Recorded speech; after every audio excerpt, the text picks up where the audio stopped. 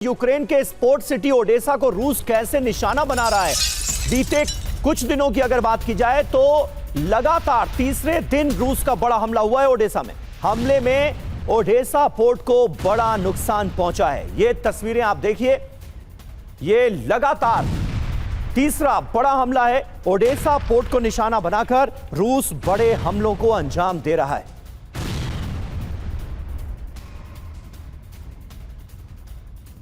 तो ये देखिए, दो तस्वीरें आपको दिखा रहे हैं। एक तरफ पुतिन के क्रोध की ज्वाला और दूसरी तरफ निशाने पर यूक्रेन का पोर्ट सिटी ओडेसा। लगातार ओडेसा में बड़े हमलों को अंजाम दिया जा रहा है, पोर्ट सिटी को दहलाया जा रहा है। यहां पर बड़े नुकसान का सामना यूक्रेन को करना पड़ा है।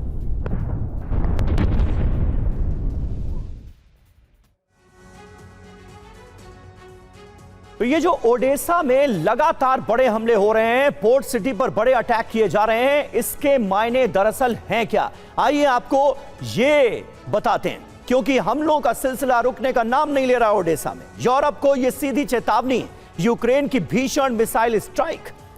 अब इस हमले के मायने क्या हैं, ये आप देखिए। हमले से तेल स्टोरेज टैंक में आग लगी। यूक्रेन की मदद रोकने का इशारा किया है इस हमले के जरिए रूस ने। टैंकों से तेल सड़कों पर बहने लगा। यूक्रेन पर दबाव की रणनीति के तहत इन हमलों को अंजाम दिया जा रहा है।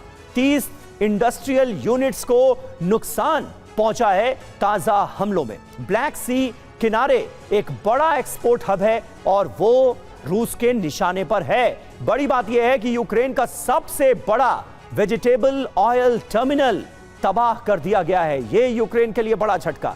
यहीं से यूरोपीय संघ को तेल सप्लाई की जाती थी और इसे रूस ने हमला करके तबाह कर दिया है।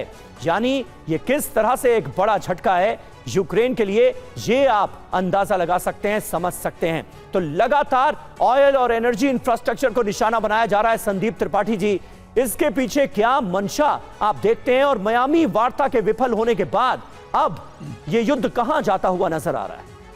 देखिए, वार्ता तो विफल होनी थी, क्योंकि जिस तरीके से दोनों पक्ष मुझे लगता है कि जो जीरो सम गेम की स्थिति है कि the loss of one is the gain of other, तो मुझे नहीं लगता इसमें कहीं भी कोई रास्ता दिख रहा है। और जो रास्ता दिखाने वाला जो बीच में अमेरिका है, उसकी मंशा पर हमेशा डाउट होता रहा है, क्योंकि इधर तो वो पीस प्लान की बात कर रहे हैं और उधर वेनेजुएला पर आपने देखा ये कि किस तरह से कैरेबियन सी को वो घेर रहे हैं और मादुरो को घेर रहे हैं। तो मुझे लगता है अमेरिका की जो मंशा है उस पर थोड़ा मैं हमेशा डाउट करता है। अब आते हैं ओडेसा पर। देखिए, जब हम देखते हैं कि इस मॉडर्न वॉरफेयर में ये सिर्फ मिसाइलों की लड़ाई नहीं है, इकोनॉमिक जो लाइफ लाइन है यूक्रेन की, वो है ओडेसा पोर्ट। वो एक ऐसा शहर है जो मुझे लगता है कि 18वीं सदी में कैथरीन द ग्रेट बहुत खूबसूरत शहर बनाया था और पुतिन का उसका एक अलग ही कह सकते हैं कि अफेक्शन भी है इस शहर को। जब ओडेसा डिस्ट्रक्शन हो रहा है तो मुझे लगता है अंदर अंदर पुतिन को दुख भी हो रहा है। लेकिन साथ सबसे बड़ी मैसेजिंग ये है कि एक ऐसा सिटी है,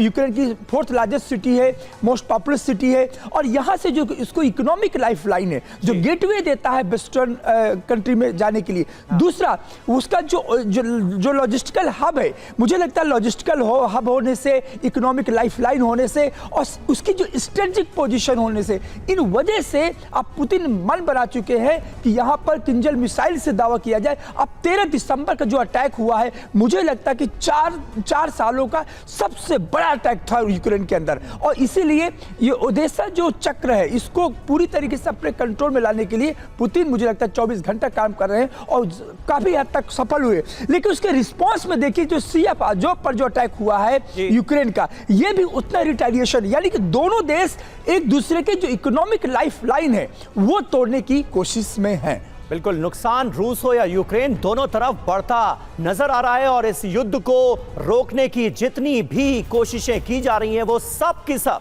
विफल होती नजर आ रही हैं।